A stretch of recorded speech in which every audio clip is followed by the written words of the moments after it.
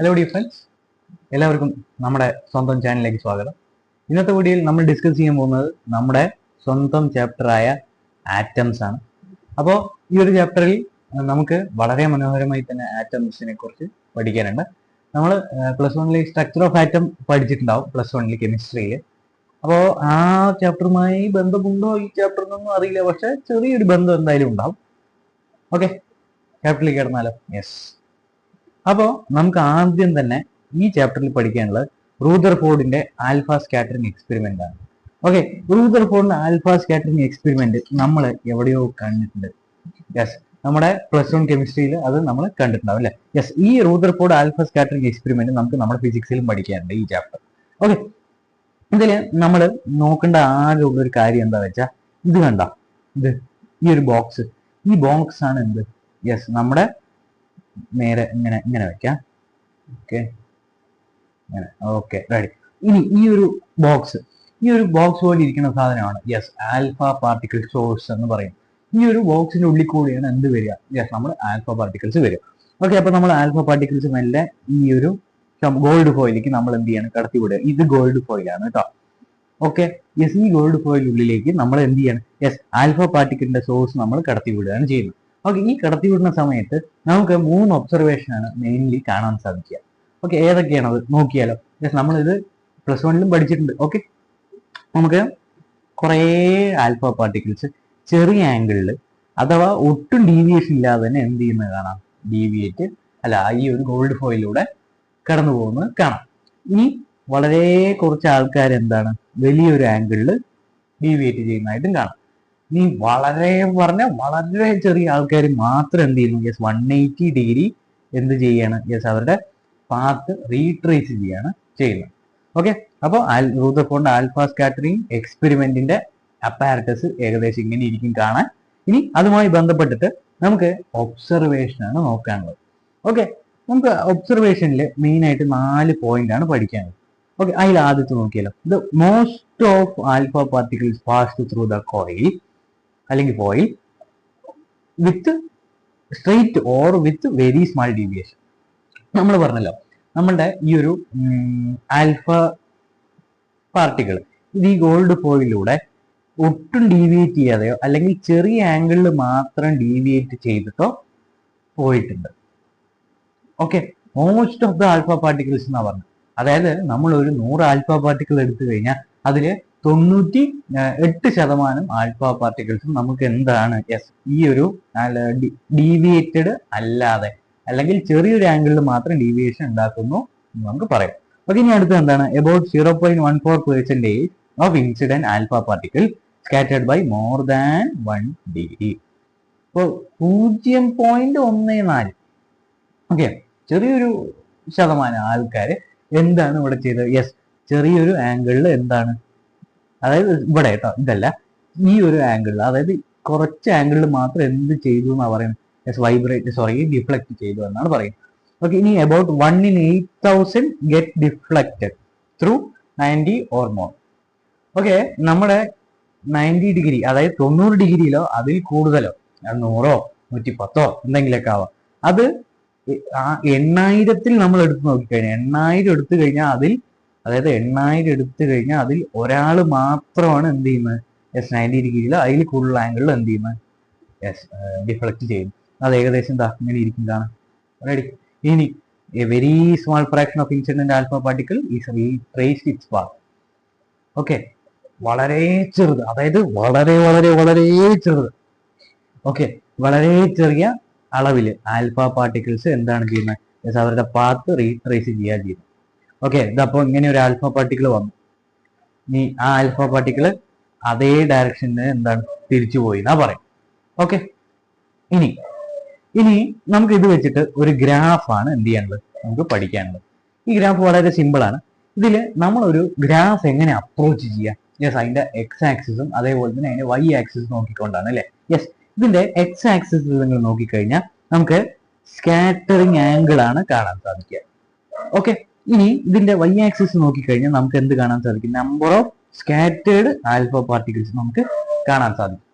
Okay, ഇനി നമ്മൾ ഈ 0, 20, 40, 60 അതേപോലെ തന്നെ 180 വരെ ഉള്ളത് ആരൊക്കെയാണ്? യെസ്, നമ്മുടെ ആംഗിൾ ആണ്. ഇനി അതേപോലെ തന്നെ നമ്പർ ഓഫ് ആൽഫ പാർട്ടിക്കിൾസ് 10 മുതൽ 10⁻⁷ വരെ നമുക്ക് കാണാൻ സാധിക്കും. ഓക്കെ, ഇനി ഇതിനനുസരിച്ച് നമുക്ക് ഗ്രാഫ് ഒന്ന് നോക്കിയാലോ. യെസ്, നമ്മുടെ ഒട്ടും ഡീവിയേറ്റ് ചെയ്യാത്ത ആൾക്കാർ, അതായത് 0 ഡിഗ്രി ഡീവിയേഷൻ, അത് എത്ര ആൾക്കാരുണ്ട്? യെസ്, 10⁻⁷ ആൾക്കാരുണ്ട്. ഓക്കെ, ഈ ഗ്രാഫ് എന്താണ്? യെസ്, ഇങ്ങനെ ഒരു ഷേപ്പാണ് അല്ലേ? ഇതിനർത്ഥം എന്തായിരിക്കും? യെസ്, നമ്മുടെ സ്കാറ്ററിംഗ് ആംഗിൾ കൂടുന്നതിനനുസരിച്ച് എന്താണ്? Number of alpha particle scatter ആവുന്ന കുറയുകയാണ് ചെയ്യുന്നത്. ഓക്കെ ഓക്കെ അപ്പോൾ നമ്മുടെ ഈ ഒരു ഗ്രാഫ് നമ്മൾ നോക്കുകയാണെങ്കിൽ നമുക്ക് ഒബ്സർവ് ചെയ്ത് നമുക്ക് കാണാൻ സാധിക്കും. അതായത് number of alpha particles angle കൂടുന്നതിനനുസരിച്ച് എന്താണ്? കുറഞ്ഞു വരിക. ഓക്കെ, നമ്മുടെ 0 ഡിഗ്രി നോക്കുകയാണെങ്കിൽ നിറയെ ആൽഫ പാർട്ടിക്കിൾസ് അവിടെ എന്ത് ചെയ്യുന്നുണ്ട്? അതായത് നിറയെ ആൽഫ പാർട്ടിക്കിൾസ് മാത്രം, അതായത് 0 ഡിഗ്രിയിൽ നിറയെ ആൽഫ പാർട്ടിക്കിൾസ് ഉണ്ട്. ഇതിനർത്ഥം എന്താ പറഞ്ഞാൽ നിറയെ alpha particle, most of the alpha particles 0 ഡിഗ്രിയിലാണ് അവിടെ എന്ത് ചെയ്ത് എക്സിബിറ്റ് ചെയ്തത്. അതായത് most of the alpha particles എന്താണ്?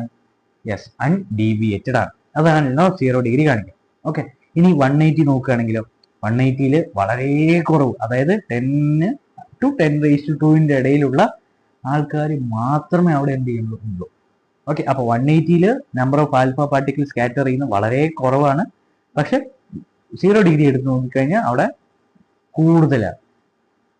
ഓക്കെ, അപ്പൊ ഇതിനർത്ഥം നമുക്ക് എന്ത് പറയാൻ സാധിക്കും? ആൽഫ പാർട്ടിക്കിൾസ് 0 ഡിഗ്രിയിൽ, അതായത് കുറെ, മോസ്റ്റ് ഓഫ് ആൽഫ പാർട്ടിക്കിൾസ് എന്താണ്? യെസ്, അൺഡീവിയേറ്റഡ് ആണ് എന്ന് നമുക്ക് വളരെ കൃത്യമായി തന്നെ എന്ത് ചെയ്യാൻ സാധിക്കും? യെസ്, പറയാൻ സാധിക്കും. ഇനി ഇത് വെച്ചിട്ട് നമുക്ക് കൺക്ലൂഷൻ അടുത്തതായി നോക്കാനുണ്ട്. ഓക്കെ, ഇനി ഈ കൺക്ലൂഷൻ എങ്ങനെ നമ്മൾ നോക്കും വെച്ചാൽ, since most of the alpha particles pass through the foil undeflected, it is concluded that major part of the atom is empty എന്നാണ് പറയുന്നത്. ഓക്കെ, ഇതിനർത്ഥം എന്തായിരിക്കും? നമുക്കൊന്ന് നോക്കിയാലോ. യെസ്, നമ്മൾ പറഞ്ഞു നമ്മുടെ ഇതാണ് ആറ്റം എന്ന് വിചാരിച്ചു. Okay, this is an atom. Okay, നമ്മുടെ ആൽഫ റേ എന്ന് പറയുന്നത് എന്താണ്? ഇത് നമ്മുടെ ആൽഫ റേ. ആൽഫ റേ എപ്പോഴും എന്തായിരിക്കും എന്ന് അറിയാം? നെഗറ്റീവ് ചാർജഡ് ആയിരിക്കും. ഓക്കെ, ഈ നെഗറ്റീവ് ചാർജിലായിട്ടുള്ള ആൽഫ പാർട്ടിക്കിൾ അൺഡീവിയേറ്റഡ് ആയി പോകണമെങ്കിൽ അവിടെ വേറെ ഒരു ചാർജ് ഒന്നും വരാൻ പാടില്ലല്ലോ. യെസ്, നമ്മുടെ ഈ ഒരു എന്താ പറയുക, നമ്മുടെ ഇത് നമ്മളിപ്പോൾ ഇവിടെ വരച്ച ഈ ഒരു ആറ്റം, അതായത് ഈ ഒരു ആറ്റത്തിനുള്ളിൽ കൂടെ ആൽഫ പാർട്ടിക്കിൾസ് ഒരു ഡീവിയേഷൻ ഇല്ലാതെ പോകുന്നുണ്ടെങ്കിൽ നമ്മുടെ ആറ്റം മിക്കവാറും എംപ്റ്റി അല്ലേ? യെസ്, അതെ. പക്ഷെ നമ്മൾ പറഞ്ഞു 180 ഡിഗ്രി റീട്രേസ് ചെയ്യുന്ന ആൽഫ പാർട്ടിക്കിൾസ്, അതായത് പാർട്ടിക്കിൾ ഒത്തിരി പോയി ഇങ്ങനെ പോയി പാർട്ടിക്കിൾ അതേ ആംഗിളിൽ തന്നെ തിരിച്ചും വന്നു. അപ്പൊ ഇതിൽ നിന്ന് നമുക്ക് എന്ത് മനസ്സിലാക്കാൻ സാധിക്കും? ഒരു ചെറിയൊരു പോസിറ്റീവ് ചാർജ് കോൺസെൻട്രേറ്റഡ് ആയിട്ട് നമ്മുടെ ആറ്റത്തിലില്ലേ? യെസ്, ഉണ്ട്. ഓക്കെ, ഇത് തന്നെയാണ് നമ്മുടെ കൺക്ലൂഷൻ പറയുന്നത്. അതായത് നമ്മുടെ ആൽഫ പാർട്ടിക്കിൾ എക്സ്പെരിമെന്റ് ഉണ്ടല്ലോ. യെസ്, ഇതിനെ ബേസ് ചെയ്തിട്ട് നമ്മൾ കൺക്ലൂഷൻ പറഞ്ഞാൽ ഇരുന്നാൽ നമുക്ക് ആദ്യം തന്നെ അവിടെ പറയാൻ പറ്റുന്നത് എന്തായിരിക്കും? യെസ്, ഇവിടെ ആറ്റം എംപ്റ്റി ആണെന്ന് നമുക്ക് പറയാൻ സാധിക്കും. കാരണം ഇവിടെ ആൽഫ പാർട്ടിക്കിൾസ് സ്കാറ്റർ ചെയ്യുന്നത്, അതായത് ആൽഫ പാർട്ടിക്കിൾ സ്കാറ്റർ ചെയ്യാതെ പോകുന്നതിന്റെ പ്രോബബിലിറ്റി വളരെ കൂടുതലാണ്. ഓക്കെ, ഒന്നും എന്താവുന്നില്ല, യെസ്, സ്കാറ്റർ ആവുന്നില്ല. പക്ഷേ വളരെ വളരെ വളരെ ഫ്രാക്ഷൻ ആൾക്കാർ മാത്രം അവിടെ 180 ഡിഗ്രി പാത്ത് റീട്രേസ് ചെയ്യുന്നതുകൊണ്ട് തന്നെ അവിടെ ഒരു ചെറിയൊരു പോസിറ്റീവ് ചാർജ് ആയിട്ടുള്ള ഒരു സെന്റർ അവിടെ ഉണ്ട്. നമുക്ക് എന്ത് ചെയ്യാൻ സാധിക്കും? പറയാൻ സാധിക്കും. റെഡി? ഇത്രയും. ഓക്കെ, ഇനി അടുത്ത a few alpha particle suffer large angle deviation are very small fraction retraces its path. Conclusion തന്നെ നമ്മൾ പറഞ്ഞു. Since the alpha particle itself 7350 times heavier than the electron, neither an electron nor similar positive charge could cause the large angle deviation. Okay, അപ്പൊ നമുക്ക് എന്താ ഇവിടെ പറയുന്നത്? Alpha particle itself അതായത് ഇലക്ട്രോണിനെ കഴിഞ്ഞും 7350 ടൈംസ് ഹെവിയർ ആയിട്ടുള്ള ഈ ആൽഫ പാർട്ടിക്കിളിന് എന്താണ്? neither an electron nor positive charge could cause such a large angle deviation. അതായത് നമ്മുടെ ആൽഫ പാർട്ടിക്കിൾസിന് വളരെയധികം ലാർജ് ആംഗിൾ ഡീവിയേഷൻ അവിടെ വേണമെങ്കിൽ അത്രത്തോളം പോസിറ്റീവ് ചാർജ് അവിടെ വേണ്ടേ? യെസ്, വേണം. ഓക്കെ, ആ പോസിറ്റീവ് ചാർജ് ഒരു പ്രത്യേക തരത്തിൽ നമ്മൾ ആറ്റത്തിൽ കോൺസെൻട്രേറ്റ് ചെയ്ത് വെച്ചിട്ടുണ്ട്. എന്താണെന്ന് നമുക്ക് അറിയുകയും ചെയ്യാം. ഓക്കെ, യെസ്, സിൻസ് അപ്പോൾ ഇത്രയും ഹെവിയർ ആയിട്ടുള്ള ഇലക്ട്രോണിന്റെ 7350 ടൈംസ് ഹെവിയർ ആയിട്ടുള്ള ഈ ഒരു മനുഷ്യൻ, അതായത് ഈ ഒരു ആൽഫ പാർട്ടിക്കിളിനെ ഡിഫ്ലക്ട് ചെയ്യേണ്ട കഴിവുള്ള ഒരുത്തൻ നമ്മുടെ ആറ്റത്തിനുള്ളിൽ ഉണ്ട്. ഓക്കെ, നമ്മുടെ ആറ്റത്തിന്റെ ഉള്ളിൽ അങ്ങനെ ഒരു കഴിവുള്ള ഒരുത്തൻ അവിടെ ഉണ്ട്. മോജൂദ് ഹേ, കോൺ ഹേ വോ, നമുക്ക് നോക്കാം. Okay, electron. ഓക്കെ, അപ്പൊ ഇത്രേ ഉള്ളൂ. പോസിറ്റീവ് ചാർജ് ഉണ്ട് എന്നാണ് ഇതിൽ എന്ത് ചെയ്യുന്നത്, ജസ്റ്റ് പറയാം. ഇനി Rutherford argued that, ഇനി ഉണ്ട് കേട്ടോ conclusion. Rutherford argued that alpha particle must have encountered a very heavy positive particle on its path. Alpha particle ആറ്റത്തിനുള്ളിലൂടെ കടന്നുപോയ സമയത്ത് അവിടെ ഒരു പോസിറ്റീവ്, വമ്പൻ പോസിറ്റീവ് ആയിട്ടുള്ള ഒരാളെ ആ ഒരു ആൽഫ പാർട്ടിക്കിൾ അവിടെ കണ്ടുമുട്ടിയിരിക്കും എന്നാണ് ആര് പറഞ്ഞത്? യെസ്, നമ്മുടെ സ്വന്തം റൂദർഫോർഡ് പറഞ്ഞു. The electrostatic force of repulsion between the alpha particle and its heavy positive core causes such a large angle deviation. 180 degree angle deviation ആണ് ഇവിടെ ലാർജ് ആംഗിൾ അഥവാ മാക്സിമം കൊണ്ട് ഉദ്ദേശിക്കുന്നത്. ആ ഒരു മാക്സിമം ആംഗിൾ ഡിഗ്രി അവിടെ ആ ഒരു മാക്സിമം ഡിഗ്രി ആംഗിൾ ഡീവിയേഷൻ അവിടെ ഉണ്ടാവണമെങ്കിൽ അവിടെ വലിയൊരു ഇലക്ട്രോസ്റ്റാറ്റിക് റിപ്പൾസീവ് ഫോഴ്സ് ഉണ്ട് എന്നാണ് പറയുന്നത്. ഓക്കെ, അത് ആര് കാരണം? ഒന്ന് നമ്മുടെ നെഗറ്റീവ് ആയിട്ടുള്ള ആൽഫ പാർട്ടിക്കിൾ കാരണം, പിന്നെ നമ്മുടെ ഭീകരനായിട്ടുള്ള പോസിറ്റീവ് ആയിട്ടുള്ള ഒരു മനുഷ്യൻ കാരണം. ഓക്കെ, ആ മനുഷ്യൻ ആരായിരിക്കും? നമ്മുടെ അടുത്ത ചാപ്റ്ററിന്റെ പേര് തന്നെ അതാണ്. Okay, yes, this central positive core is named as nucleus. Okay, yes, nucleus is the main one. Nucleus. Very rarely an alpha particle travels head-on towards the nucleus. These alpha particles retraces its path. Mystery മനസ്സിലായി? Yes, നമ്മുടെ സ്വന്തം atom. Yes, ഈ ഒരു atom എടുത്തു കഴിഞ്ഞാൽ വളരെ ചെറിയ alpha particle മാത്രം നമ്മുടെ ആറ്റത്തിന്റെ സെൻട്രലിലൂടെ കടന്നു പോകുന്നു. യെസ്, ആ സെൻട്രലിലുള്ള ന്യൂക്ലിയസ് കാരണം ഇവരെന്ത് ചെയ്യുന്നു? യെസ്, 180 ഡിഗ്രിയിൽ എന്ത് ചെയ്യാണ്? യെസ്, അവന്റെ പാത്ത് റീട്രേസ് ചെയ്യുകയാണ് ചെയ്യുന്നത്. Okay, ready. ഇനി the size of nucleus is very small. Okay, നമ്മുടെ ആൽഫ പാർട്ടിക്കിൾ ഇത്ര ഉണ്ട്. ഓക്കെ, 3 ആൽഫ പാർട്ടിക്കിൾ ഉണ്ട് വിചാരിച്ചോ. അതിൽ ഒരെണ്ണം മാത്രമേ എന്താവുള്ളൂ? ഇവൻ മാത്രമേ എന്താവുള്ളൂ ശരിക്കും? യെസ്, അവന്റെ പാത്ത് റീട്രേസ് ചെയ്യുള്ളൂ. അപ്പോൾ അത്രത്തോളം ഈ ഒരു ഭാഗത്ത് മാത്രമേ ന്യൂക്ലിയസ് ഉള്ളൂ. ഓക്കെ, ഇത്രയും വലിയൊരു ആറ്റം എടുത്തു കഴിഞ്ഞാൽ ചെറിയൊരു ഭാഗത്ത് മാത്രമേ ന്യൂക്ലിയസ് കാണാൻ സാധിക്കുള്ളൂ. ഇവനൊക്കെ ആരൊക്കെ നമ്മുടെ ഇവനൊക്കെ എന്താണ്? യെസ്, ഡിഫ്ലക്ട് ചെയ്യുന്ന സമയത്ത് ഒരേ ഭാഗത്ത് കൂടെ, അതായത് ഡിഫ്ലക്ട് ചെയ്യാതെ പോകുന്ന സമയത്ത് ഇവൻ മാത്രമേ എന്താവുള്ളൂ? യെസ്, ഡിഫ്ലക്ട് ആവുള്ളൂ. ഇതിൽ നിന്ന് നമുക്ക് ന്യൂക്ലിയസ് ചെറുതാണെന്നും പറഞ്ഞൂടെ? തീർച്ചയായും പറയും. Okay, ready? യെസ്. ഇനി അടുത്തതാണ് നമ്മുടെ സ്വന്തം, ഇങ്ങനെ നോക്കാം, നമ്മുടെ സ്വന്തം ഇമ്പാക്ട് പാരാമീറ്റർ എന്ന് പറയുന്നത്. ഓക്കെ, യെസ്, എന്താണ് impact parameter? Impact parameter is the perpendicular distance of the initial velocity vector of the alpha particle from the centre of the nucleus. ഇത് നമ്മുടെ ന്യൂക്ലിയസ് കേട്ടോ, ഇത്തിരി നന്നായി വരയ്ക്കുക. ഇത് നമ്മുടെ ന്യൂക്ലിയസ്. ഓക്കെ, ഇത് നമ്മുടെ ആൽഫ പാർട്ടിക്കിൾ ആണ് വിചാരിച്ചു. ഓക്കെ, ഇത് നമ്മുടെ ആൽഫ പാർട്ടിക്കിൾ. ഇത് നമ്മുടെ ആൽഫ പാർട്ടിക്കിൾ. ഒന്നും കൂടി നന്നായി വരയ്ക്കുക. ഇത് നമ്മുടെ ആരാണ് ഇവൻ? യെസ്, നമ്മുടെ സ്വന്തം ആൽഫ പാർട്ടിക്കിൾ. ഓക്കെ, ഇത് അവന്റെ വെലോസിറ്റി വെക്ടർ ആണെന്ന് വിചാരിച്ചു. ആൽഫ പാർട്ടിക്കിൾ വെലോസിറ്റി ഉണ്ടാവില്ല. യെസ്, ആ വെലോസിറ്റി വെക്ടർ ആണ്. ഇത് നമ്മുടെ ന്യൂക്ലിയസിന്റെ സെന്റർ. അതിനെ നമ്മൾ എന്ത് കൊടുത്തു? സി എന്ന് പേര് കൊടുത്തു. ഈ ഡിസ്റ്റൻസ് കണ്ടോ? അത് നോക്കാം. ഈ ഒരു ഡിസ്റ്റൻസ് കണ്ടോ? ഈ ഒരു ഡിസ്റ്റൻസ്. യെസ്, ഇവനെയാണ് നമ്മൾ എന്ത് വിളിക്കുക? ഇമ്പാക്ട് പാരാമീറ്റർ എന്ന് വിളിക്കുക. ഓക്കെ, അപ്പൊ നമുക്ക് എന്ത് പറയാൻ സാധിക്കും? Yes, impact parameter is the perpendicular distance between the vector of the, അതായത് the velocity vector of the alpha particle and the centre of the nucleus. Okay, ഇത് രണ്ടും തമ്മിലുള്ള ഡിസ്റ്റൻസ് ആണ് ആര്? യെസ്, നമ്മുടെ ഇമ്പാക്ട് പാരാമീറ്റർ എന്ന് പറയും. റെഡി? യെസ്. ഇനി നോക്കുക, അത് വെച്ചിട്ട് കുറച്ച് കാര്യങ്ങളാണ്. Those with small impact parameters suffer large scattering. അതായത് ഇവിടെ ഇമ്പാക്ട് പാരാമീറ്റർ കുറവാണ് വിചാരിച്ചു. ആ കുറവായ സമയത്ത് ഈ ഒരു ആള്, അതായത് ആൽഫ പാർട്ടിക്കിൾ നല്ലോണം സ്കാറ്ററിങ് അനുഭവപ്പെടും. ഓക്കെ, കാരണം ഇമ്പാക്ട് പാരാമീറ്റർ കുറഞ്ഞു പറഞ്ഞാൽ അത് ആ ഒരു ആൽഫ പാർട്ടിക്കിൾ അത്രയും ന്യൂക്ലിയസിന്റെ അടുത്താണ്. ന്യൂക്ലിയസിന്റെ അടുത്തെന്ന് പറയുമ്പോൾ അവൻ സെൻട്രിനോട് അടുത്താണ്. സെൻട്രിനോട് അടുത്തെന്ന് പറയുമ്പോൾ അവിടെ പോസിറ്റീവ് ചാർജ് ഉണ്ട്, അപ്പോൾ കൂടുതൽ സ്കാറ്ററിങ് സംഭവിക്കും. Okay, ready.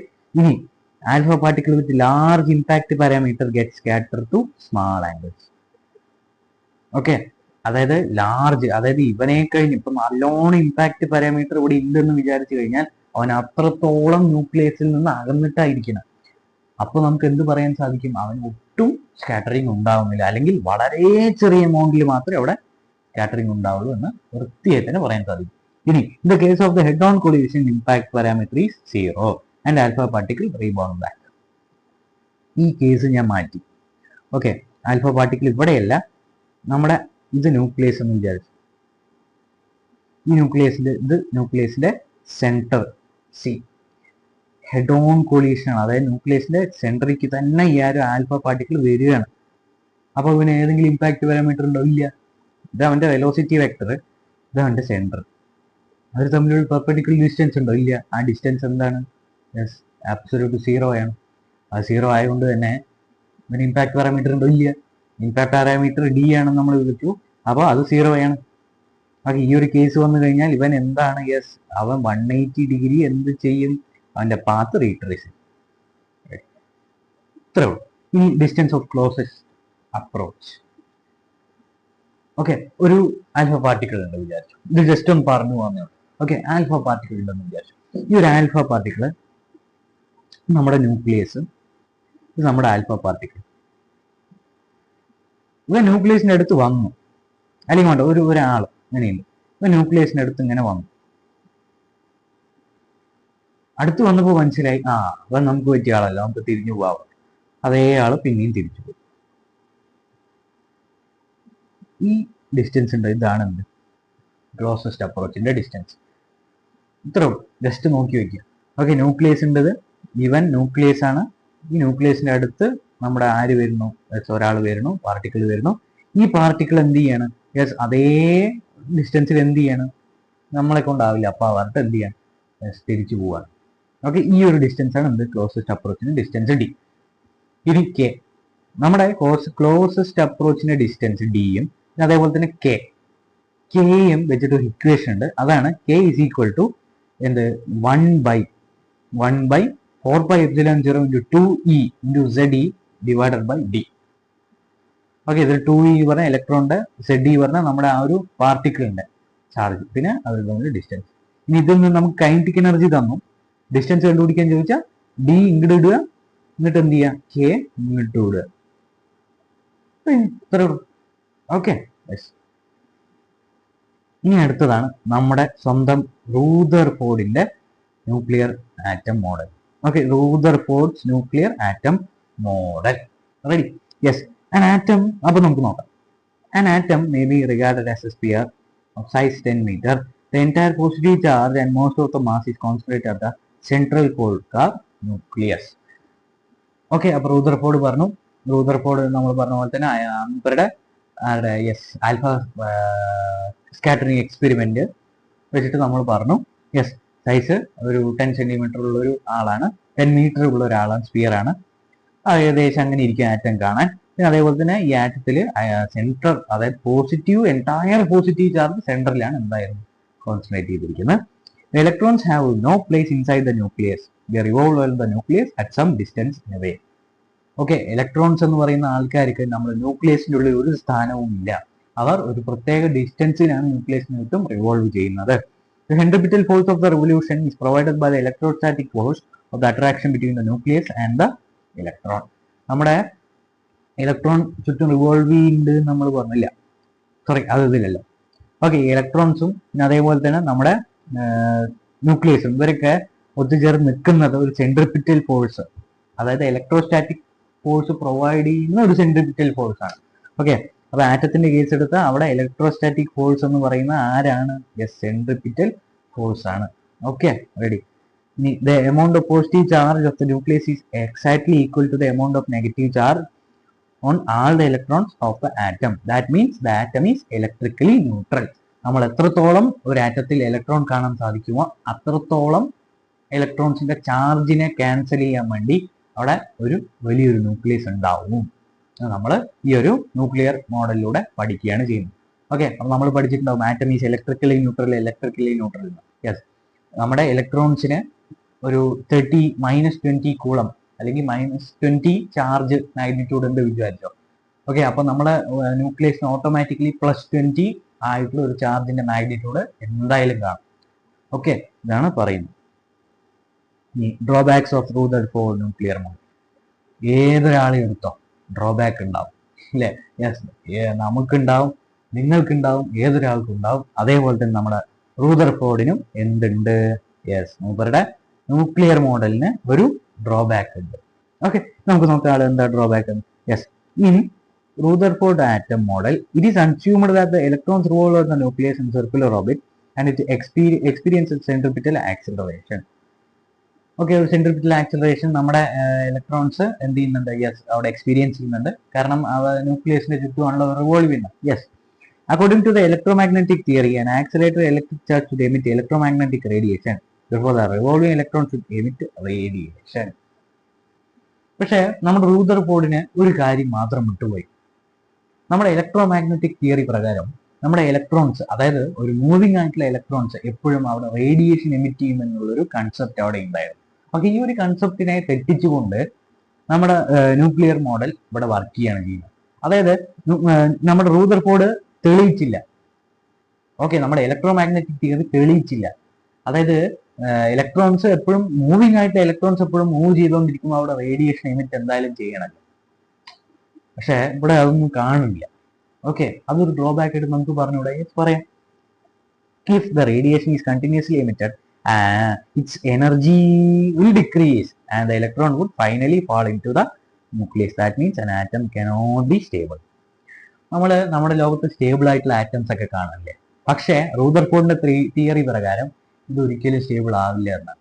ആറ്റംസ് ഒരിക്കലും സ്റ്റേബിൾ ആവില്ല എന്നാണ്. കാരണം നമ്മുടെ പറഞ്ഞല്ലോ, നമ്മുടെ മൂവിങ് ആയിട്ടുള്ള ഇലക്ട്രോൺസ് റേഡിയേറ്റ് ചെയ്യുന്ന സമയത്ത് അവിടെ എന്തുണ്ടാവും? എനർജി റേഡിയേറ്റ് ചെയ്യുന്നു എന്ന് പറഞ്ഞു. സോറി, യെസ്, എനർജി റേഡിയേറ്റ് ചെയ്യുന്നു പറഞ്ഞു. ഈ എനർജി റേഡിയേറ്റ് ചെയ്യുന്ന സമയത്ത് ഇലക്ട്രോണിന്റെ എനർജി ഇറ്റ്സെൽഫ് എന്താവുകയാണ്? കുറയുകയല്ലേ ചെയ്യുന്നത്? യെസ്, ഈ കുറയുന്ന സമയത്ത് ഈ ഇലക്ട്രോൺ മെല്ലെ മെല്ലെ അയ്യോ എനിക്ക് വയ്യേ എന്ന് പറഞ്ഞ് മെല്ലെ റിവോൾവ് ചെയ്ത് എന്താവുകയാണ്? യെസ്, ന്യൂക്ലിയസിന്റെ ചുറ്റും, അതായത് ന്യൂക്ലിയസിന്റെ അടുത്ത് എന്താണ് വരികയാണ് ചെയ്യുന്നത്. ഓക്കെ, ഈ ന്യൂക്ലിയസിന്റെ അടുത്ത് വരുന്ന സമയത്ത് അവിടെ ഇലക്ട്രോൺ ന്യൂക്ലിയസും തമ്മിൽ എന്തുണ്ടാവുകയാണ്? യെസ്, അവിടെ ഒത്തുചേരുകയാണ്. അപ്പോ ഇലക്ട്രോൺസ് ഇല്ലെങ്കിൽ അവിടെ ഒരു ആറ്റം സ്റ്റേബിൾ ആവില്ല. അപ്പൊ ഈ ലോകത്ത് സ്റ്റേബിൾ ആയിട്ട് ആറ്റംസ് എക്സിസ്റ്റ് ചെയ്യോ? ഇല്ല. അത് നടക്കുമോ? അതും നടക്കില്ല. അപ്പൊ ഇത് തെറ്റല്ലേ? ഇതൊരു ലിമിറ്റേഷൻ ആയി നമുക്ക് പറഞ്ഞൂടെ? യെസ്, പറയാം. ഇനി could not explain atomic spectrum. ഈ ഒരു റൂദർഫോർഡിന്റെ ആറ്റം മോഡൽ ഒരിക്കലും എന്ത് ചെയ്തില്ല? അറ്റോമിക് സ്പെക്ട്രം എന്ത് ചെയ്തില്ല? എക്സ്പ്ലെയിൻ ചെയ്തില്ല എന്നാണ് പറയുന്നത്. റെഡി? ഇനി ബോർസ് മോഡലിലേക്ക് നമുക്ക് മെല്ലെ കിടക്കാം. ബോർസ് മോഡൽ, നമ്മൾ റൂദർഫോർഡിന്റെ മോഡൽ പറഞ്ഞു അല്ലേ? വളരെ ഇൻട്രസ്റ്റിംഗ് ആയിട്ടുള്ള ഒരു മോഡലാണ് ബോർസ് മോഡൽ. നമ്മൾ പറഞ്ഞു നമ്മുടെ റൂദർഫോർഡിന്റെ മോഡൽ എന്ത് ചെയ്തില്ല? അറ്റോമിക് സ്പെക്ട്രം എക്സ്പ്ലെയിൻ ചെയ്തില്ല അല്ലെ? അതിന് ആൻസർ ആയിട്ട് നമ്മുടെ ബോർ വരുന്നുണ്ട്. ഓക്കെ, യെസ്, ബോർസ് മോഡൽ നോക്കാം. In an atom, the electrons cannot revolve around the nucleus in all paths. They can only revolve through certain stationary orbit, which the angular momentum of the revolving electron is integer multiple of h/2 pi, where h is the Planck's constant. ഈ ഒരു equation നോക്കുക. mvr is equal to nh/2 pi equal to L നമുക്ക് കൊടുക്കാം. L പറഞ്ഞാൽ നമ്മുടെ angular momentum ആണല്ലോ. Yes, ഈ M V R angular momentum തന്നെയാണ്. ഓക്കെ, ഇവന്മാർ രണ്ടും ഒന്ന് തന്നെ. ഓക്കെ, ഈ ആംഗുലർ മൊമെന്റം എന്ന് പറയുന്നത് nh/2 പൈ നോട് എന്താണ്? ഇന്റഗ്രൽ മൾട്ടിപ്പിൾ ആയിരിക്കും. അതായത് h/2 പൈയുടെ ഇന്റഗ്രൽ മൾട്ടിപ്പിൾ ആയിരിക്കും ആരും? Yes, M V R. Integral multiple പറഞ്ഞാൽ n ആണ്. ഓക്കെ, n ആണ് ഇന്റഗ്രൽ മൾട്ടിപ്പിൾ. ഈ ഇന്റഗ്രൽ മൾട്ടിപ്പിൾ അതായത് h/2 പൈയുടെ ഇന്റഗ്രൽ മൾട്ടിപ്പിൾ ആണ് ആര്? യെസ്, നമ്മുടെ ആംഗുലർ മൊമെന്റം അഥവാ MVR എന്ന് പറയും. ഇത്രയും ഗോസ് മോഡൽ പറയും. ഇനി നമ്മുടെ സ്റ്റേഷനറി നമ്മൾ പറഞ്ഞല്ലോ, നമ്മുടെ ഇലക്ട്രോൺസ് വെറുതെ അങ്ങോട്ടും ഇങ്ങോട്ടും ഒന്നും മൂവ് ചെയ്യില്ല. അതിനൊരു ഫിക്സ്ഡ് ആയിട്ടുള്ള ഒരു ഓർബിറ്റ് ഉണ്ട് എന്ന് നമ്മുടെ സ്വന്തം ബോർ എന്ന് പറഞ്ഞല്ലോ. യെസ്, ഇത് വെച്ചിട്ട് ഓരോ ഓർബിറ്റിനും ഓരോ റേഡിയസ് ഉണ്ടാവില്ല. നമ്മളിപ്പോ നമ്മുടെ ആറ്റം എടുത്ത് നോക്കി, ഇത് ആറ്റം, ഇത് ഫസ്റ്റ് ഓർബിറ്റ്, ഇത് സെക്കൻഡ് ഓർബിറ്റ്, ഇത് തേർഡ് ഓർബിറ്റ്, ഇത് ഫോർത്ത് ഓർബിറ്റ്. ഓക്കെ, അങ്ങനെ പോകുന്ന സമയത്തിന്റെ റേഡിയസിന് എന്ത് വരുന്നുണ്ട്? യെസ്, ഒരു വ്യത്യാസം വരുന്നുണ്ട് അല്ലെ? ഈ വ്യത്യാസം ഓരോ ഓർബിറ്റിനും കാണാൻ സാധിക്കും. അപ്പൊ അതിന്റെ ഓരോ ഓർബിറ്റിനും ഓരോ റേഡിയസ് ആയിരിക്കും. അപ്പൊ ആ ഓരോ റേഡിയസിന്റെ ഇക്വേഷൻ ആണിത്. അപ്പൊ നമുക്ക് നോക്കാം. R of nth orbit is equal to n² m into h/2π square into 4πε0/e². Okay, equation just ഒന്ന് പഠിച്ചു വയ്ക്കുക. ക്വസ്റ്റ്യൻ വരുമ്പോൾ എന്ത് ചെയ്യുക, നമുക്ക് ചെയ്യാം. Find the radius of the first orbital. ഇത് എന്നെ എൻ്റെ അവിടെ ഫസ്റ്റ് ഇട്ട് കൊടുക്കുക. ഇനി